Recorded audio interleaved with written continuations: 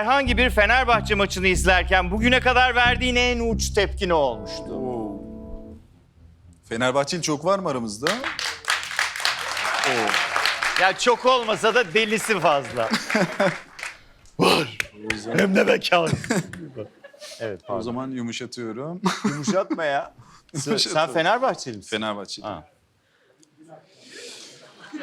Dün akşam evet güzel tepki geldi. Evde izlediğim için aşırı bir tepki vermek istedim.